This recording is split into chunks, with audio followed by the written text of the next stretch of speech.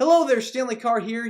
I love collecting music and sports memorabilia. Want to know where you can find some? I'll tell you. Go to oldglory.com. This website features one-of-a-kind apparel from your favorite sports teams and musical artists.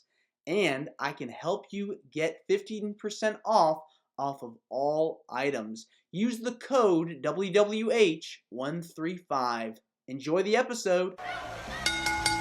Welcome to Wrestling with Heart, a podcast looking at pro wrestlers giving back to their community. Join me, Stanley Carr, as I interview wrestling's hottest names who use their platforms as entertainers to raise awareness and do community service. Hello and welcome to another edition of Wrestling with Heart. This is the show where we talk with professional wrestlers and professional wrestling personalities about their lives in and outside of the ring, as well as doing acts of charity work, community service, volunteering, and spreading positivity. We're always about the positive vibes here on the show, and with me right now, I've got a very special guest. He has worked for Smoky Mountain Wrestling, ECW, and many other promotions. I am pleased to welcome the original Vladimir Koloff. Welcome to Wrestling with Heart. Thank you for having me, Stanley. I appreciate you reaching out to me and booking me tonight for this episode with Wrestling of Heart. It's my pleasure. So, talk to me about your childhood. Where did you grow up? I was born and raised in Muncie, Indiana, which is about 65 miles northeast of Indianapolis, Delaware County. The home of Ball State University, which was originally Indiana Normal Teachers College back in the late 1800s and early 1900s. The home of Ball Manufacturing, which was the fruit jar company, Ball Jars. And that's where I was born and raised.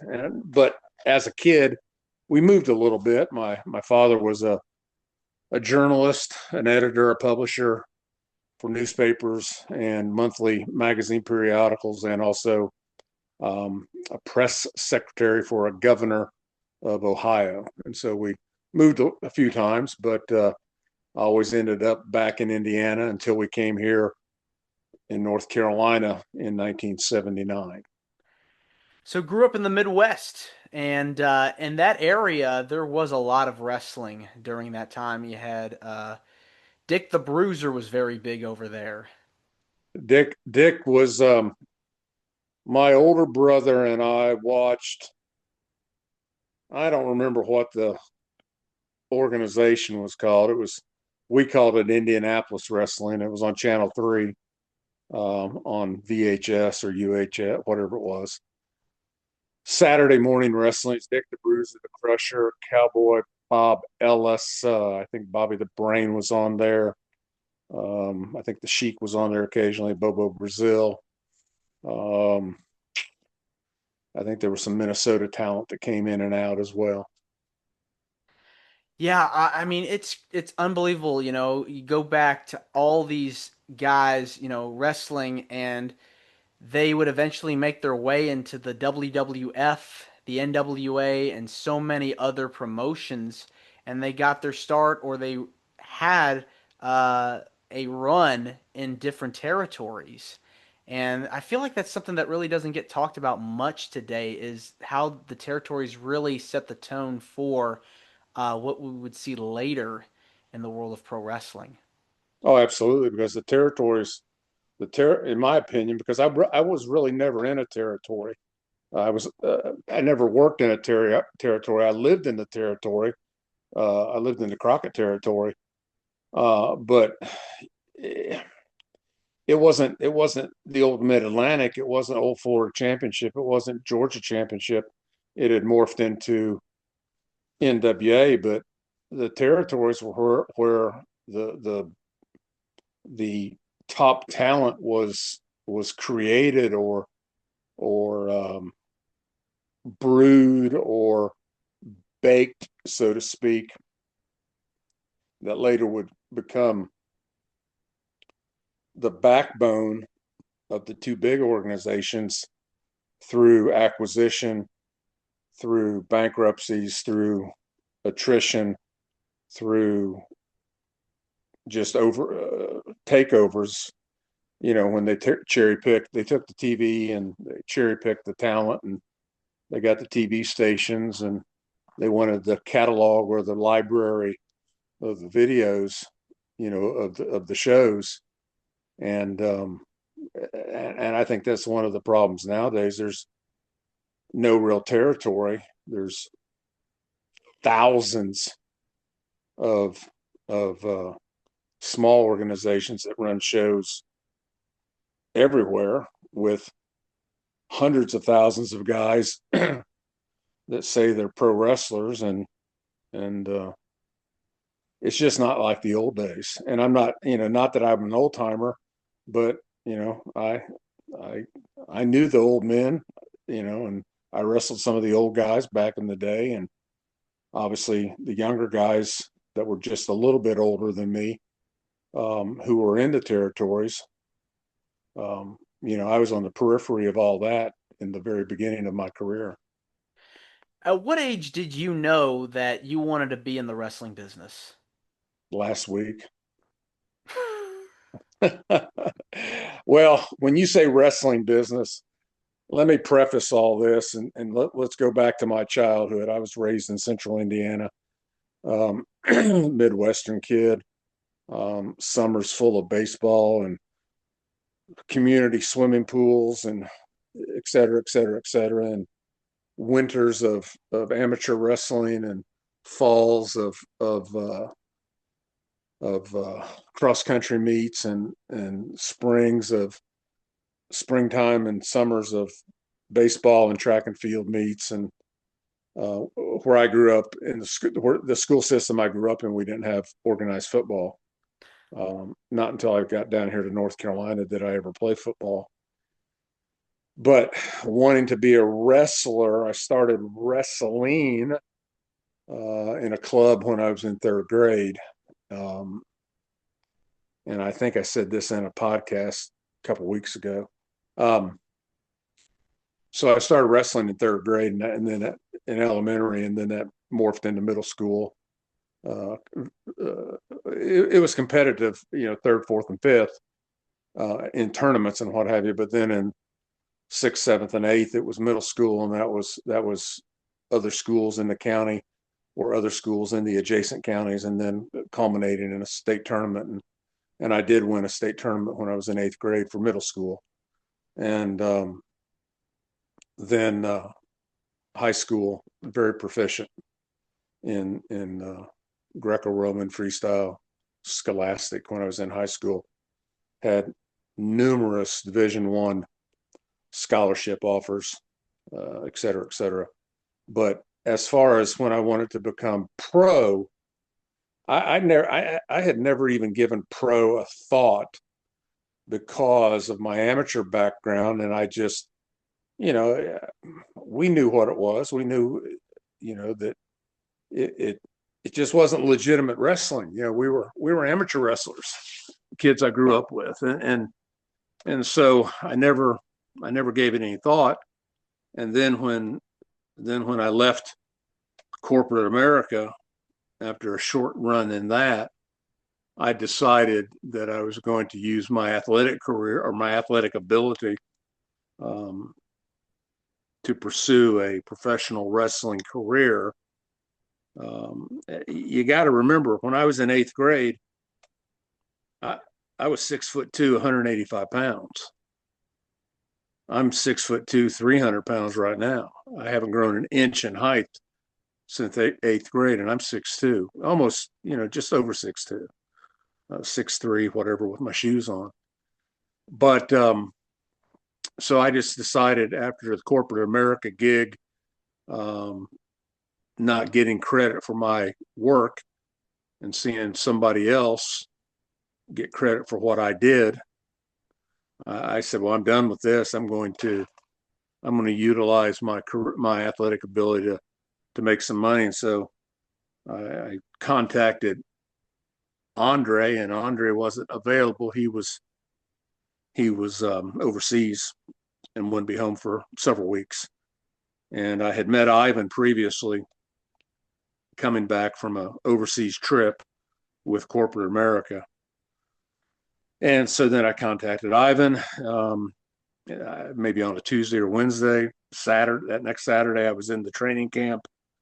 The following Saturday, I was in the Greenville, South Carolina Municipal Auditorium wrestling with only, less than a week of training. I had no clue. And so when did I decide I wanted to be a pro? I guess it was right after I left corporate America, which was in, I think, May or June of '90. And, it was, hell, everybody always says, you pay your dues, you run the road, you take your bumps, blah, blah, blah. And it just morphed into being one of the Koloffs. And Ivan was gracious enough and saw enough in me that he put the Koloff name on me. So I became a Koloff nephew. And they wanted to call me Carl Koloff, and that was Bobby Fulton's idea. Bobby was one of the guys that trained me also. He was partners with Ivan. And I didn't like the name Carl, even though it was my given name, as being my stage name. So they said, well, you come up with it. And Nikita was after Nikita Khrushchev.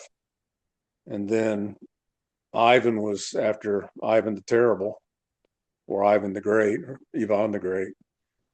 And so I thought, well, Leon Trotsky, which I didn't like that name. And I thought, well, Vladimir Lenin, father of communism. I thought, well, I'll just use Vladimir. And it stuck. So here we are. I'd imagine having just a week of training when you're just getting started in the business. I'd imagine that is very stressful. But it was, because I really didn't know what to do. But in that week, Ivan had said, just listen to me when we are engaging with each other, locking up, doing holds, the holds and the moves and everything.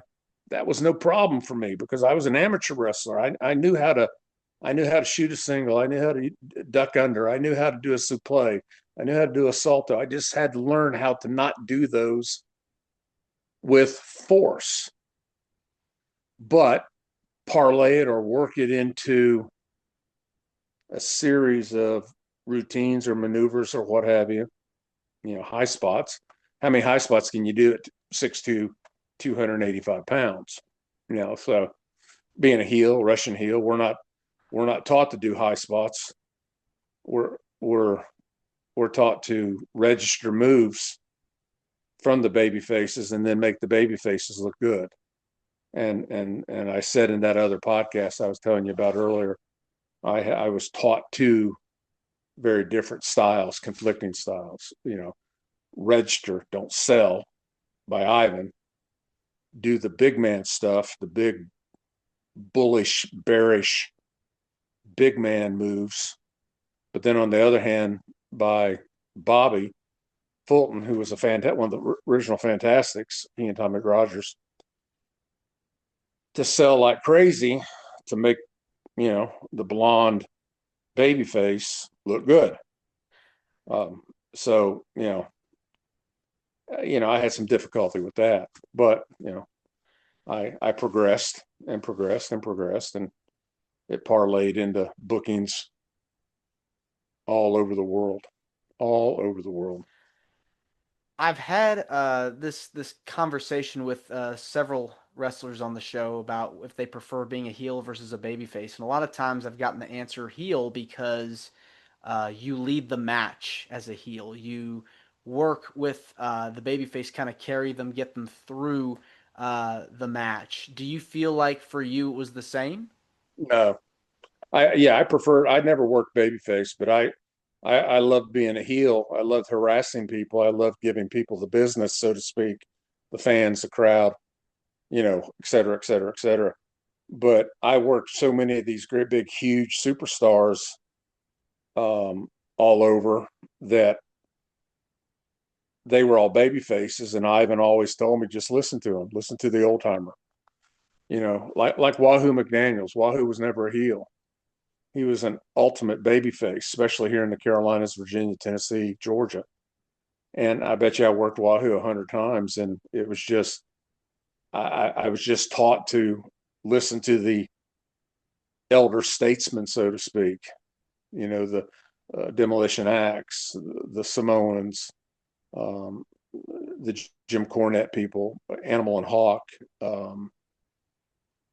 Wahoo, Jimmy Garvin, Ronnie Garvin, Bobby Fulton, Jim Dugan, Jake Roberts, Kerry Von Erich.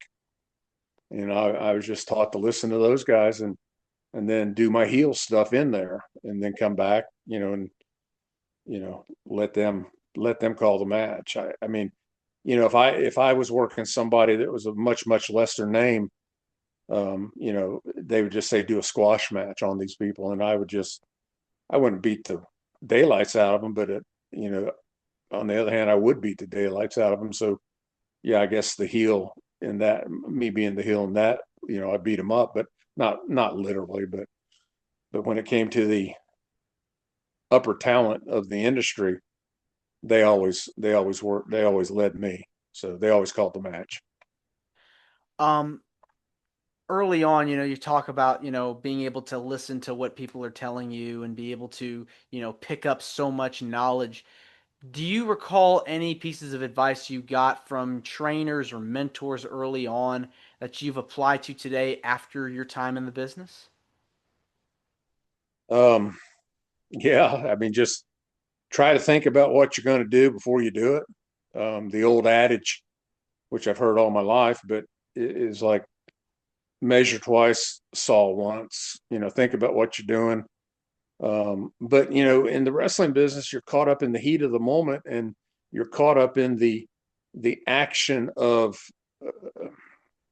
the continuous action of the match, and you got to think on the run or think on the job, or yeah, think on the run.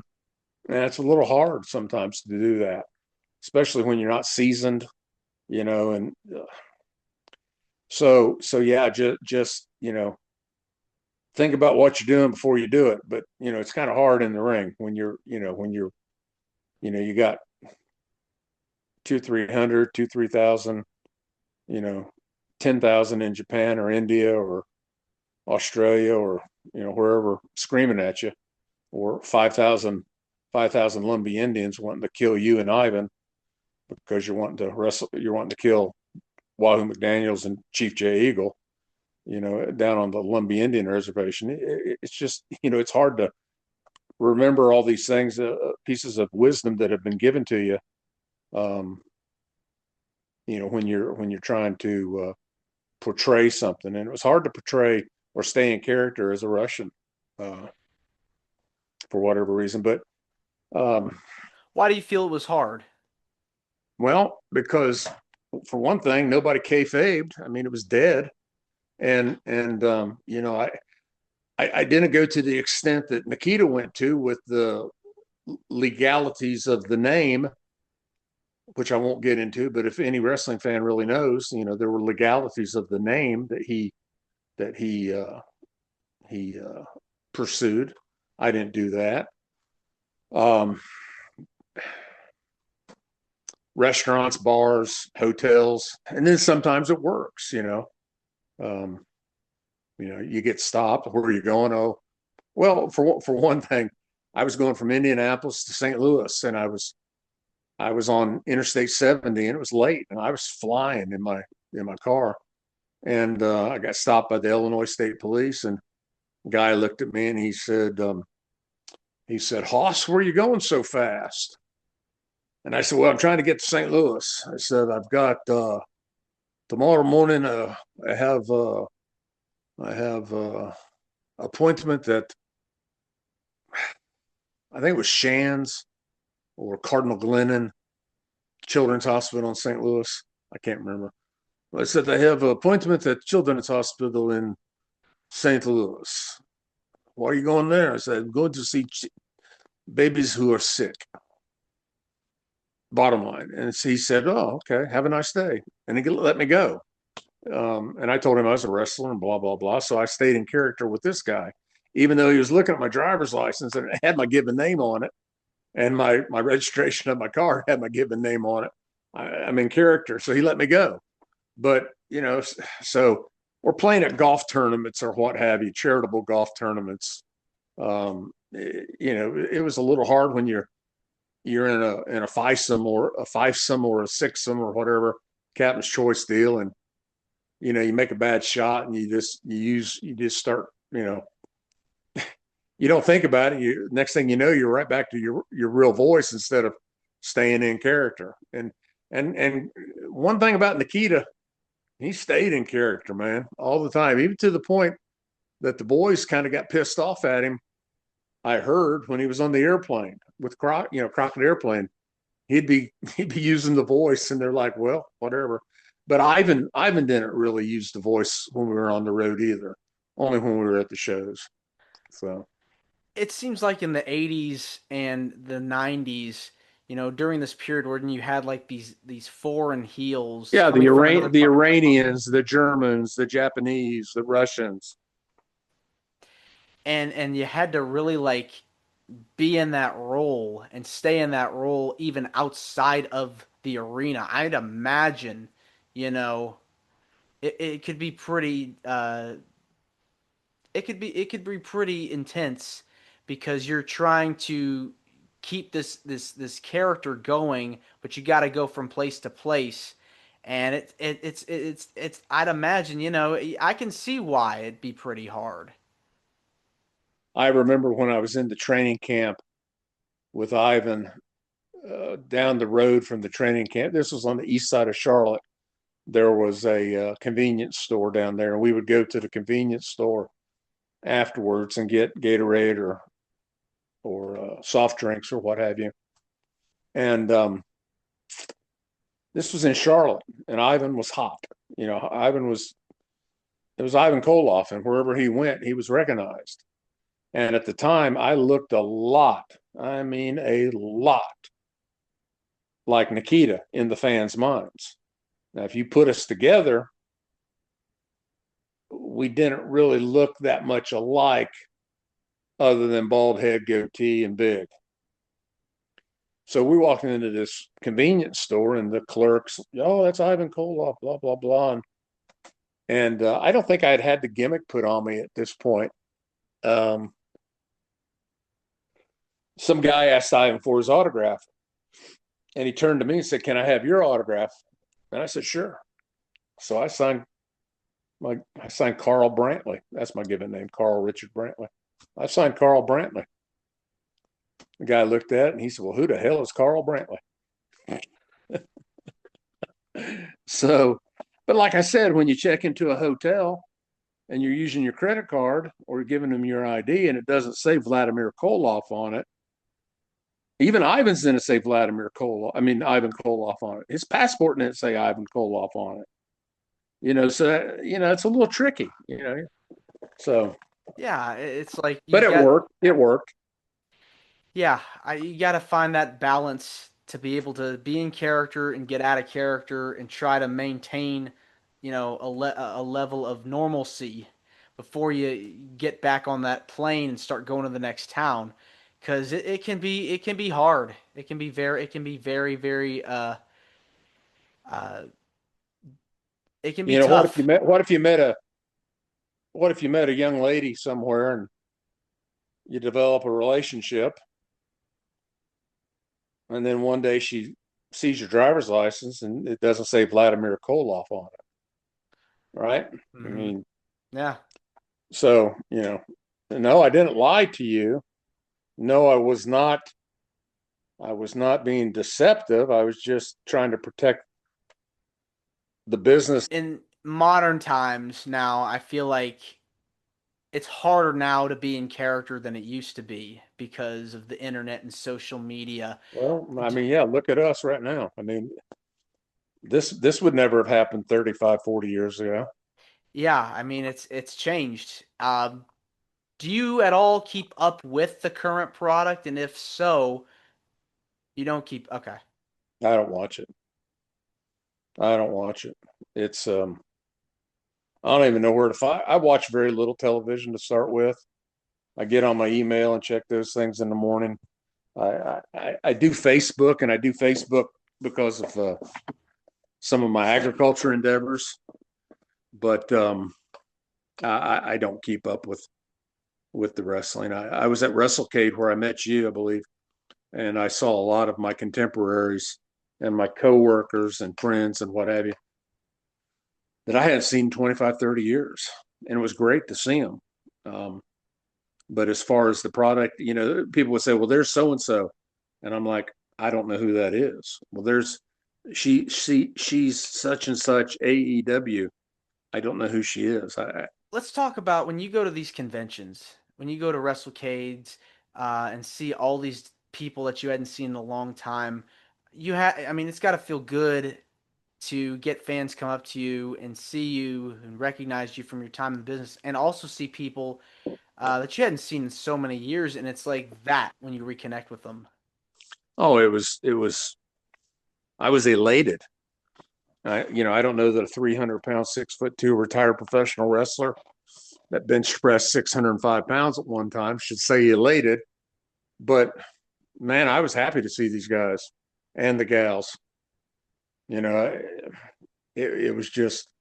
was awesome, and the honky tonk man, he was giving me a hard time about a show out west.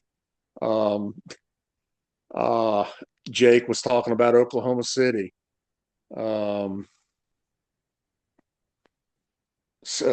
Rick Steiner and I were talking about the amateur wrestling that he and his brother did at Michigan.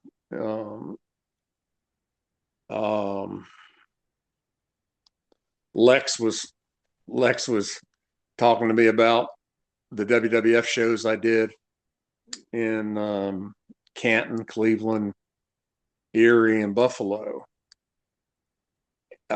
Jimmy Boogie Woogie Man Valiant said to me, he goes, my God, Vladimir, he said, I haven't seen you in 30 years. And we were in Salem, Virginia, and the fans got in a fight in the stands with each other, and et cetera, et cetera, et cetera. So for them to remember things from that far back, matches, incidents, travels, blah blah blah, it was great to have that interaction with these guys, with my contemporaries. And I was kind of apprehensive about going. I live 55 miles from Winston, and I was kind of apprehensive about going to it because I was never, I'm not Hall of Fame, nowhere near it.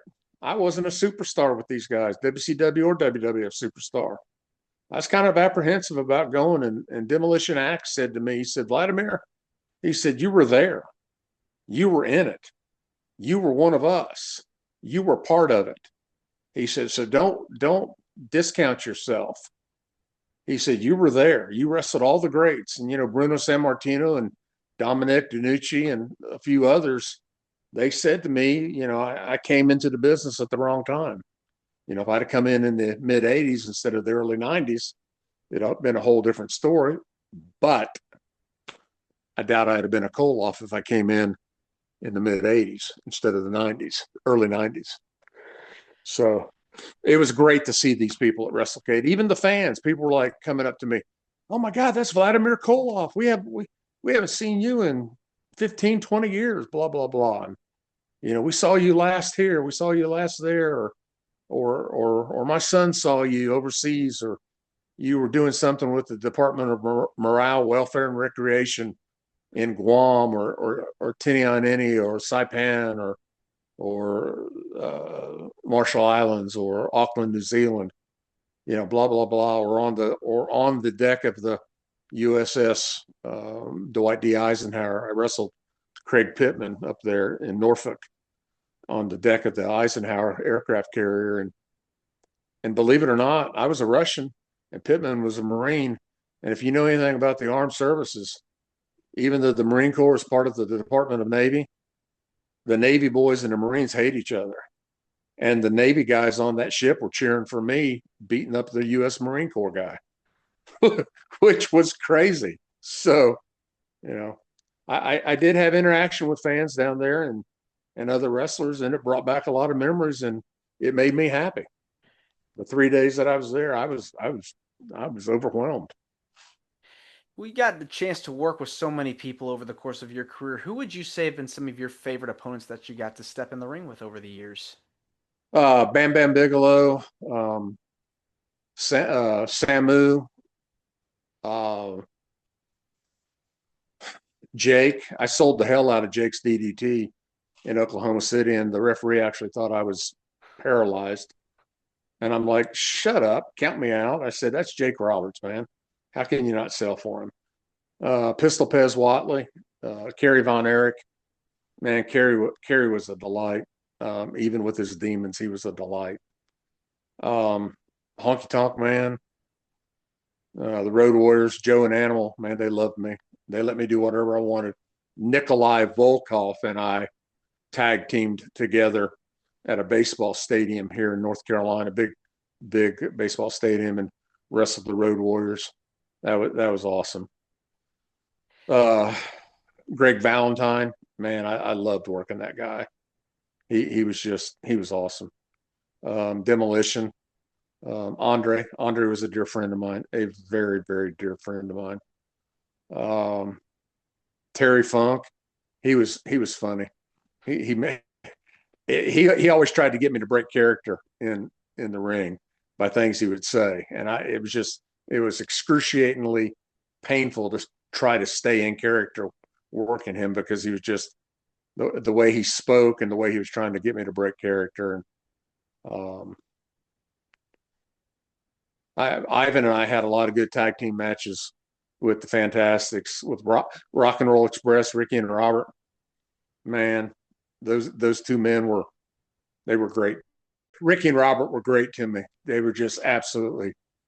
And I didn't see Hoot, but I saw Punky down there, and it was just like a long lost brother. And even his son was like, "Oh my God, you're Vladimir." And I said, "Yeah." And he said, "Man, my dad has spoken about you hundreds of times." So, and a lot of the greats, they're dead, and I wonder what they would say if I saw them. Joe and Mike. Mike was a good Hawk was a really good friend of mine. Wahoo, I mean, I wonder what he would say. Um, so there were a lot of them. I had a lot of great memories, a lot of good times in the ring, working them and what have you. Learned from them. I guess I was kind of a journeyman, all over, everywhere, all the time, anytime. There was a referee and booker and road agent for the old IWA. His name was Sal Corrente. And he always said to me, he said, Vladimir, he said, you don't back down and blah, blah, blah. And he said, you ought to have a T-shirt that says, anyone, anywhere, anytime. And he kind of made that my catchphrase. Um, so, and I saw him after 20 plus years, 25 years. I saw him down there at WrestleCade. I saw Gene Ligon, who was one of the Thunderfoot. I think he was Thunderfoot too. And then I saw some guys from Virginia and from the Carolinas that were strictly on the independent scene. I saw them down there. They were just, coming through as fans and what have you. Saw a lot of the ladies that I knew back in the day. One gal came up to me and said, "Do you remember me?" And I'm like, "Oh my God, please don't say something bad. Please don't say something bad."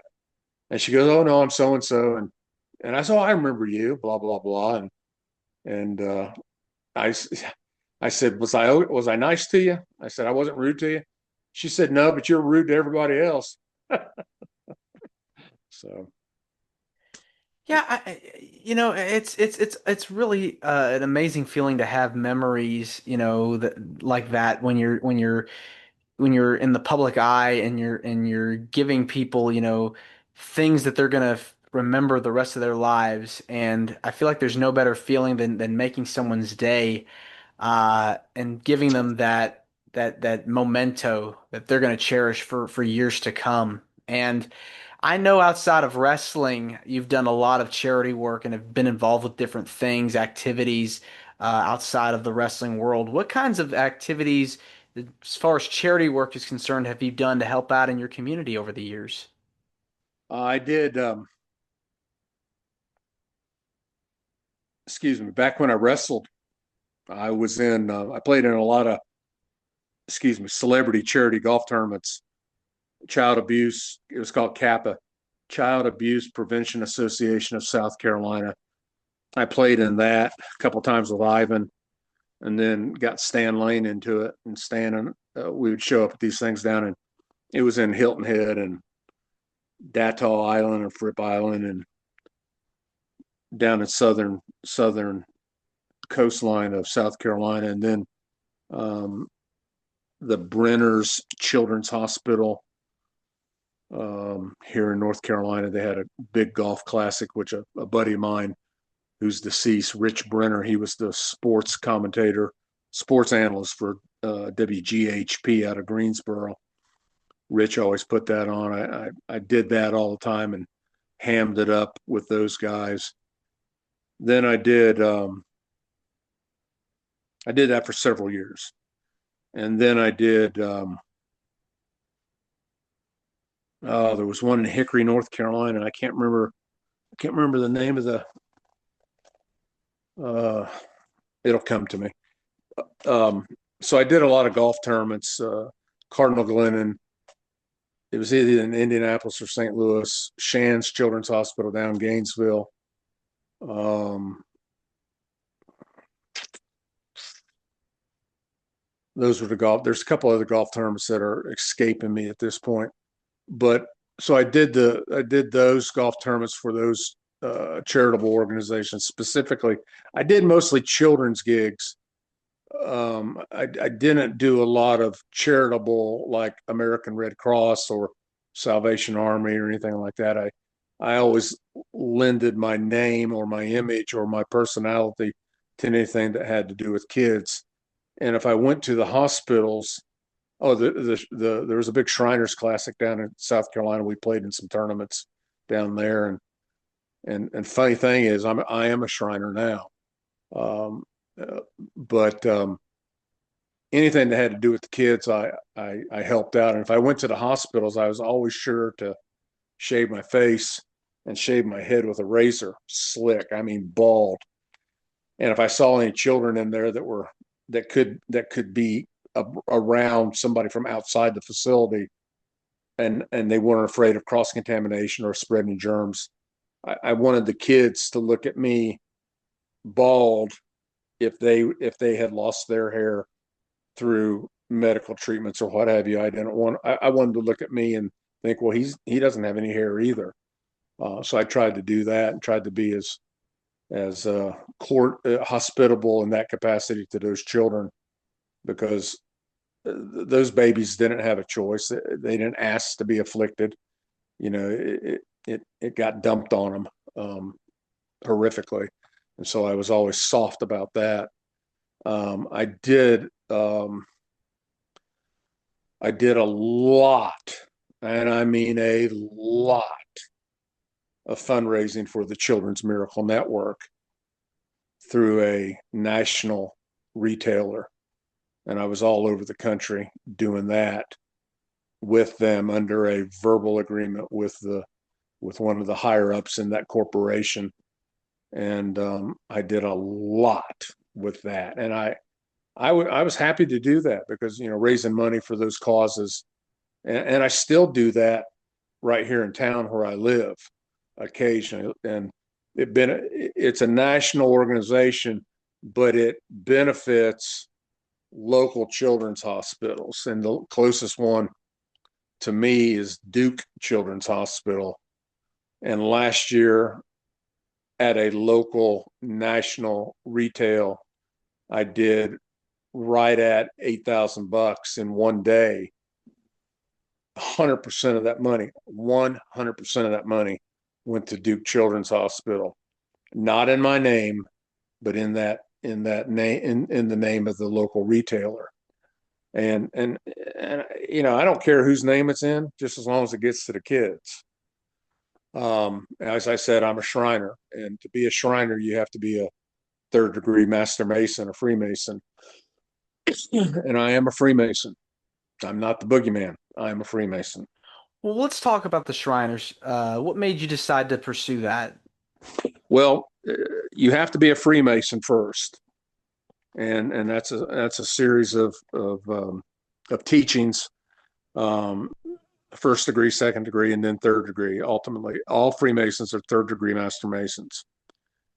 And with being a third degree Master Mason in your local community or your local lodge, you do philanthropic work and charitable work locally for locally approved 501c or 501c3 or B3 or what have you, charities that are approved through the Secretary of State, through the Treasury Department of each state, that is a legitimate charity.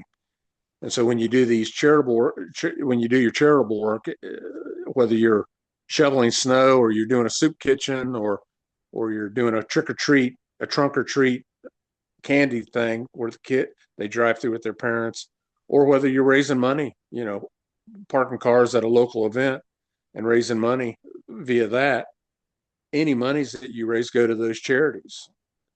And ultimately in the state of North Carolina, the Freemasons raise money for the Masonic Home for Children in Oxford, North Carolina. And if you've never seen an orphanage, it's heartbreaking, because there's kids there from 2 years old up to 19 years old, and none of them, none of them walked up to the front gate and said, "Excuse me, sir, I don't have a mom and dad in the picture. Can I live here? And can I have a warm bed? And can I have warm food? And can I have a secure place to sleep? And you guys will send me to public school and you'll help me get into college later on." So that kind of tugs at you. And so I'm part of that. But with Freemasonry, there are a few appendant bodies attached to Freemasonry that are there for Masons to pursue philanthropic work with outside of your local lodge. And one of those is the Shrine. And there are shrines there's shrine organizations all over. In North Carolina, there's 4 separate shrines. And the one that I belong to is near Charlotte. It's the Oasis Shrine. But the Shriners were the men that wear the red hats, the fez. Mm-hmm. And we raise money for the 22 shrine hospitals across the United States. And I don't know the figure to be exact, but a few years ago I was told that it cost over $2 million a day to run our 22 hospitals across the country. And it's on the same premise. And the shrine hospitals they're primarily orthopedic issues on children or burn victims, kids, primarily. But it's the same premise as St. Jude's, as Danny Thomas and his daughter Marlo Thomas, their worldly endeavors out there in Memphis. The shrine, no family pays anything, and so that's what the Shriners try to do. And we raise money, and I'm not ashamed to go up to somebody and say, "I need you to give me $20 so I can help these kids," and 100% of that money goes to those kids. And shame on you if you don't want to help children. Because if somebody in your family, not you, Stanley, but anybody's family, if they get afflicted and they seek help with the Shrine, they don't pay anything. And it's all based on the philanthropic work that we, the Shriners, to be a Shriner, you have to be a Freemason.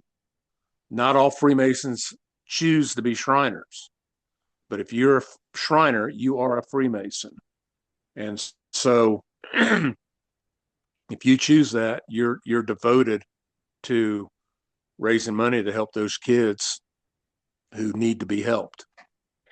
Yeah, I mean, it seems like a big commitment, to be able to take part in something that seems very, very important, and you really have to put, much like with wrestling, 100% effort into it. And it's when you hear about these stories about these kids that are going through a lot in their lives, to make their day and to make them smile, to make them feel good things, even if it's just for a little bit. I mean, kindness just goes a long way. It really does. Yeah, and remember what you said about staying in character and all that. Hmm. Hmm. Sometimes it's hard if you're at a hospital or you see a child come up to you with its mom or dad, with their mom, with the child's mom or dad, and the child is in a wheelchair, or the child is, has some type of orthopedic issue and is utilizing the assistance of a walker or anything. Man, it's hard to stay in character. It's really hard to stay in character. Um, because it kind of, and I don't know if it's because I don't have any kids. Um, it's hard to stay in character when you see a kid a child in a wheelchair, or a totally assisted battery powered, or whatever it's called, mobile In a device. wheelchair. Yeah, yeah, yeah. And like you gotta be, when you go to these hospitals, you see these kids, I'm sure they're happy to see, someone that they know from television, someone that they grew up watching. Um, Or even somebody that they don't know who is a pro wrestler. And I'll take pictures in there. I'll take my sport gaming cards in there, et cetera, et cetera. But hey, they're just happy. That's the bottom line. They're just happy.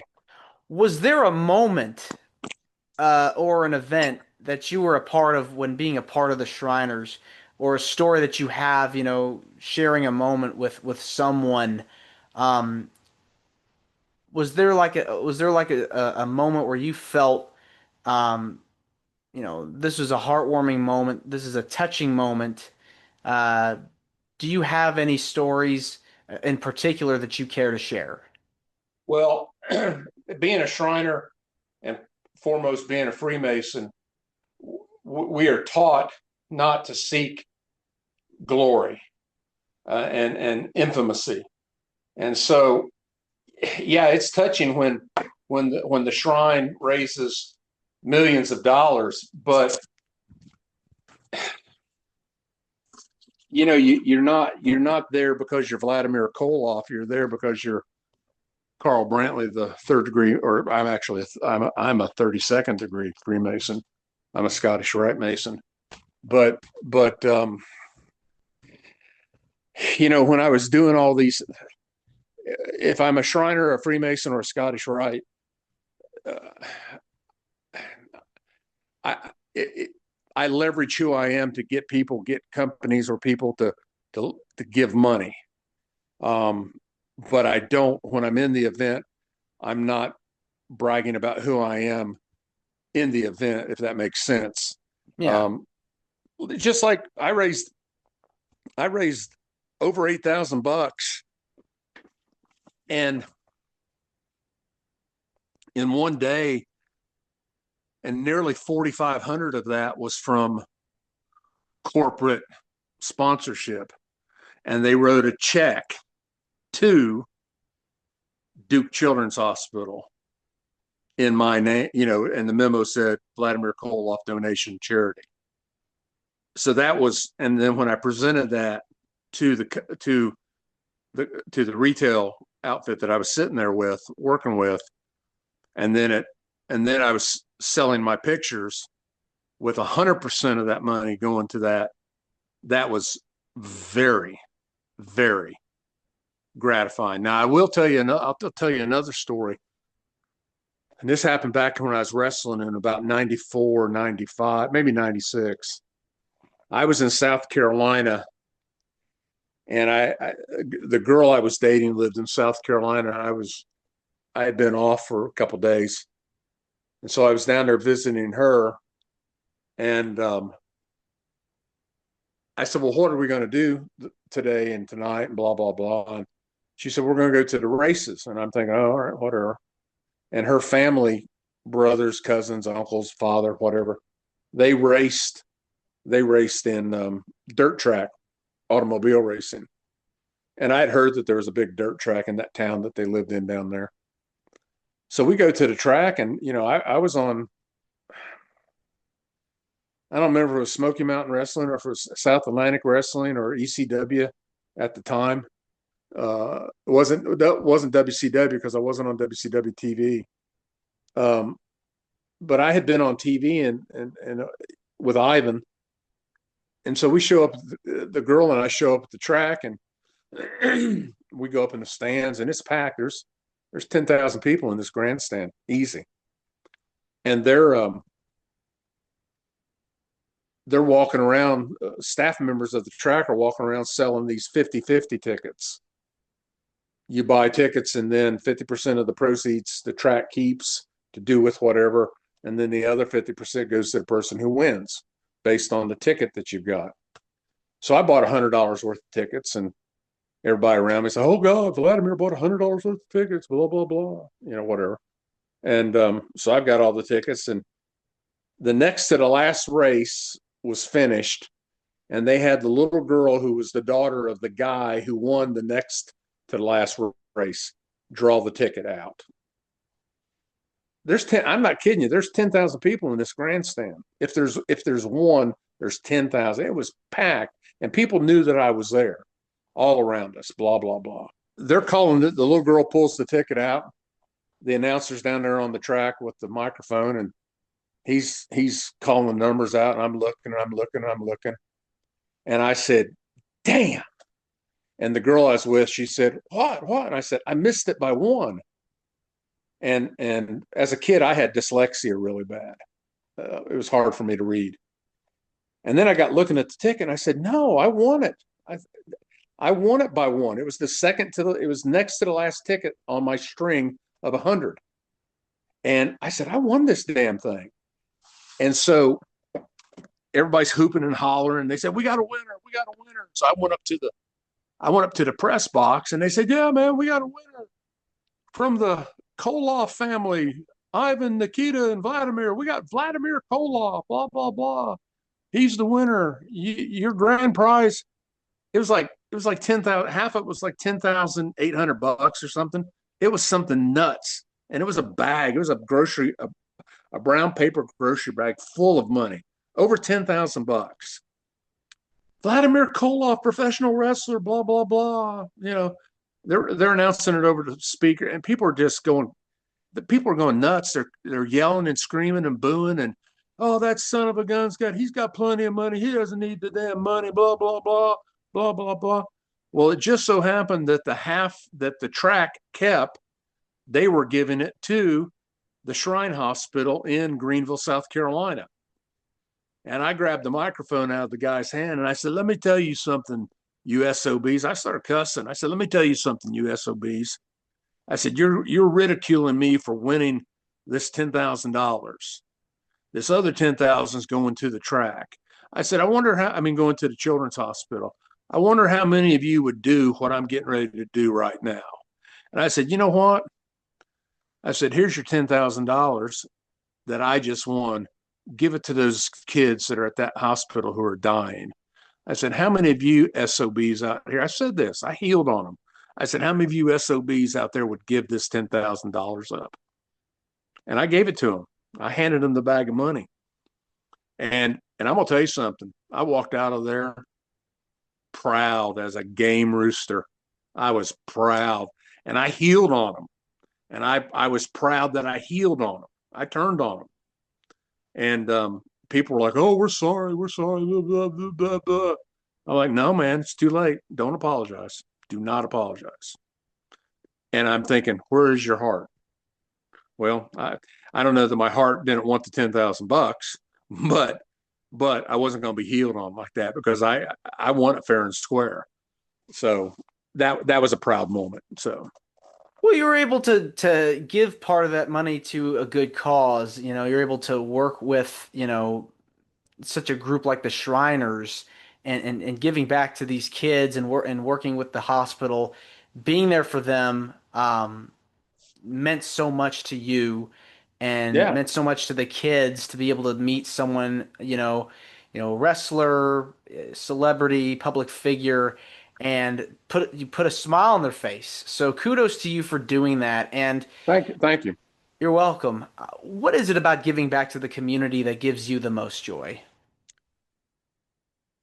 Eh, The interaction.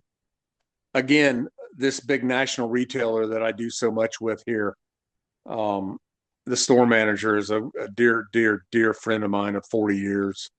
And I'll go up there and do weenie roasts with them, hot dog sales. And I just like bantering with the people. They had the NASCAR guys there last summer. Some of the NASCAR racers, there's a NASCAR track here where I live, and they had some of the Cup, the Winston Cup, or it's not whatever it's called now. It's not Winston Cup, but they had some of the Cup drivers there, and hell, Terry Labonte walked over to me and he said, "Damn, Vladimir," he said, "they know more about you than us." And I said, "Man, I live here." And so, just the back and forth, not with the celebrities, but the back and forth, the banter, carrying on, or whatever you want to call it, with the people, the locals. I mean, I can't go anywhere, 50 miles around here. People don't recognize me and come up to me, and I just love engaging. That's what I like, and the kids when I'm sitting at a table signing autographs or what have you, I like monkeying with the kids, giving them a hard time, getting them to interact with me and give me a hard time back, or getting them to not be shy or come out of their shell a little bit, or make them feel, when they're feeling a little timid or intimidated, trying to let them know that, well, this guy's just acting normal. He's being nice to me. It's not hard. And it's like Andre said to me. He said, "Man," he said, "I don't like messing with people." And I kind of agree with him. I don't like messing with people either. But these kids, you can't heal on a child. You got to be good to them. And that's what people will remember. That they won't remember the 10 good things you do, but they'll remember the 2 bad things that you've done, around people. So I just try to be engaging and accommodate whatever the kids want, pictures, or you know I don't want this to sound vain, but one of my vehicles I keep pictures and trading cards in, back in the back seat or the trunk. And if I see somebody, I just give it to them. So That's what it's just, about. yeah, man, that's what it's about. But you've made a difference in their Oh, life. sure, sure. And you always, it's a cliche. Um, if you touch one, you've made a difference, and that's a cliche. But yeah, I mean, and don't get me wrong. I mean, I've done stupid stuff all through my life. But it's just, make a little difference, make a little difference.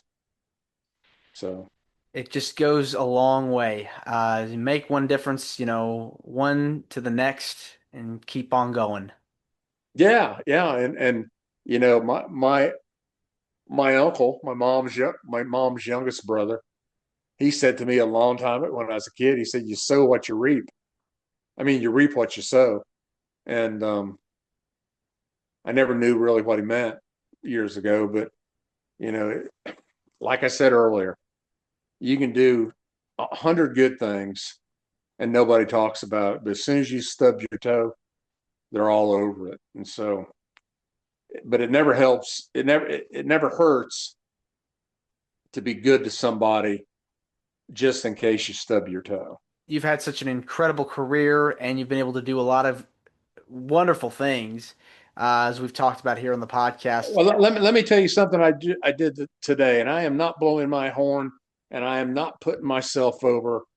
And but I was at a local restaurant. It's a local Tasty Freeze restaurant, and it is the longest continuously running Tasty Freeze in the United States. It's been there since the late 40s here in the town where I live. And I was in there getting a couple hot dogs and a Coca-Cola, and I'm sitting there talking to I'm sitting there at the at the counter, and on the original swivel stools that were from the 40s.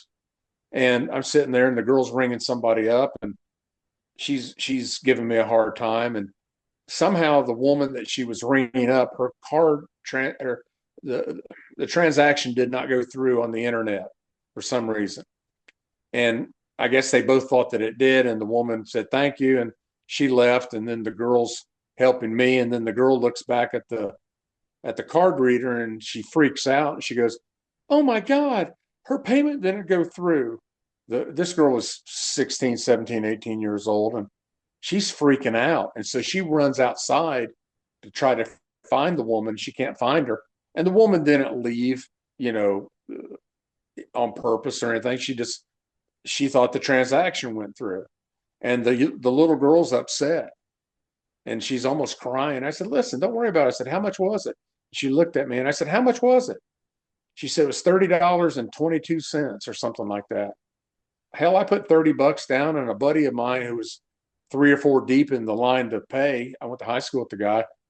I looked at him, and I said, I told the girl, I said, "Anderson will pay the 22 cents. So I just paid the woman's, so the little girl wouldn't get in trouble or be upset about, messing a transaction up. But, it doesn't take a lot to, hey, what do they say? Pass it on. Just pass it on. Exactly. Just pass it on. Shit. Pass it on. Absolutely. $30 is, that just means I can't eat lunch and dinner tomorrow. You're able to come to someone's rescue in the time of need. So, that's a very kind thing to do. Yeah, and you know why? Because the fans the fans over the 3 days at WrestleCade, they took care of me. You know what I'm saying? Mm-hmm. So why not? Who gives a shit? Pay it forward. I'm sorry. Who cares? So. Well, Vladimir, I just want to say thank you for coming on to Wrestling with Heart. It means a lot to me and to my listeners and viewers that are watching this on YouTube. Well, Stanley, can I do a shameless plug? Sure, go for it. If you want to contact me on Facebook, it's under my given name, Carl Richard Brantley, Brantley. And remember, I am the original Vladimir Koloff. As Snoop would say, I'm the OG, baby. I am one of Ivan Koloff's 2 nephews. The other is Nikita. I am the original Vladimir Koloff, and I'm very proud of that. And incidentally, Nikita has a nephew named Neil, and I have a nephew named Neil. And Ivan's widow, Renee, we are putting together the Koloff family dynasty. And we're going to try to be doing appearances at the big WrestleCons all over the country. Indianapolis, New York, big event New York or something like that. Big event. Big event. The WrestleCon in Vegas, that's in conjunction with the great big huge pay-per-view. Indianapolis. Yes, sir. Yeah. With the big New York company. I mean, it's not for the New York company, but it's in conjunction out there in Vegas. I think it's at the Horseshoe Casino or something. It used to be Bally's, I think. But we're going to be appearing at a lot of these conventions, the big wrestling conventions in the future. And Nikita came to me and asked me if I would be interested in doing this and starting it back up. And I said, absolutely. I'll help out, whatever. All right. Well, there you go. Coming soon to a convention center near you. Hey, thanks again so much. And I won't be dressed in an old T-shirt, raggedy flannel shirt. I've been working on the farm all day, so you'll be in character. Well, I don't know, comrade, about being in character, but Vladimir Koloff will be in house. So tread lightly, or you might get leg broken by Russian bull. Well, thanks again, Vladimir, and you're more than welcome to come back. All righty. To everybody out there in your viewership and what have you. And as Hollywood Jeannie Basone has said to me, be kind. be kind. Try to be kind. So That's what it's all about. yeah, man. Thanks Yeah, again. man. You're welcome, brother. Take care. You too. This is Wrestling with Heart. I hope you found this podcast to be informative and entertaining. If you did, please hit the subscribe button and look out for the next edition.